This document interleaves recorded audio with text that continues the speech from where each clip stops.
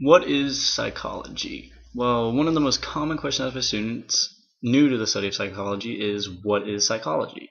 And misconceptions were created by popular media as well as the diverse career paths of those holding psychology degrees have contributed to this confusion. Psychology is both an applied and academic field that studies the human mind and behavior. Psychology evolved out of both philosophy and biology. Research in psychology seeks to understand and explain how we think, act, and feel. Applications for psychology include mental health treatment, performance enhancement, self-help, ergonomics, and many other areas affecting health in daily life. Today, psychologists prefer to use more objective scientific methods to understand, explain, and predict human behavior. I have picked two goals out of the goals of psychology, which the goals are description, explanation, and then I picked those two. And then the description is, by describing behavior, psychologists attempt to understand what is normal and acceptable and what is unhealthy. Behavior observed includes thoughts, feelings, attitudes, goals, motivations, actions, and reactions. The psychologists explain human behavior through methods such as case studies, observation, surveys, testing, and correlational studies. And explanation is when a psychologist attempt to explain behavior reflected on the fundamental goal of all science, the understanding of our universe and our place in it. Several theorists from Freud to Jung to Skinner and Rogers have offered various theories to explain personality, development, and motivation. Explanations are limited, of course, because they often are culturally restricted.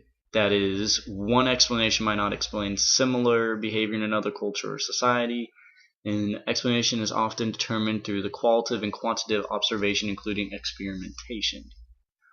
And going into the perspectives, I have chosen one perspective, and that perspective is the psychodynamic perspective. And if you know very little about psychology and you've only heard of just one psychologist, the chances are that this may be Sigmund Freud, the founder of the psychodynamic approach to psychology, or psychoanalysis, which he used during the late 1800s and early 1900s.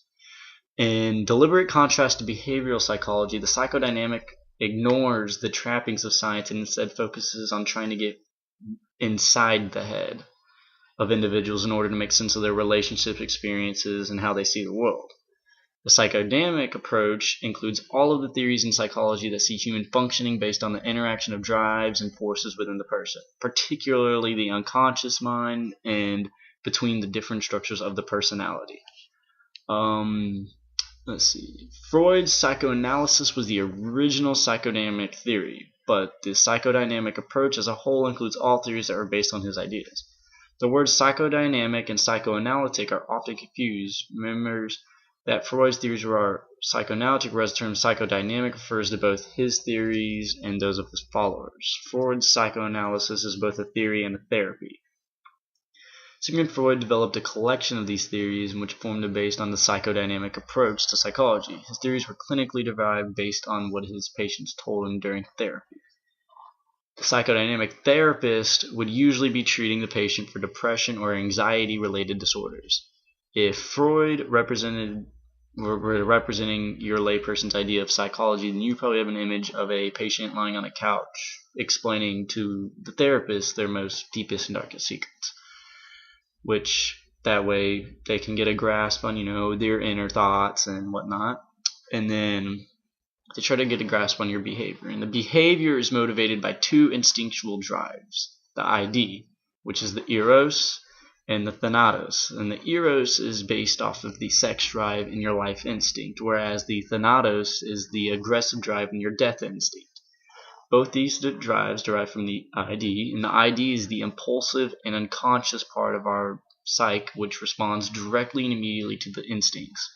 The personality of the newborn child is all ID, and only later does it develop ego and superego.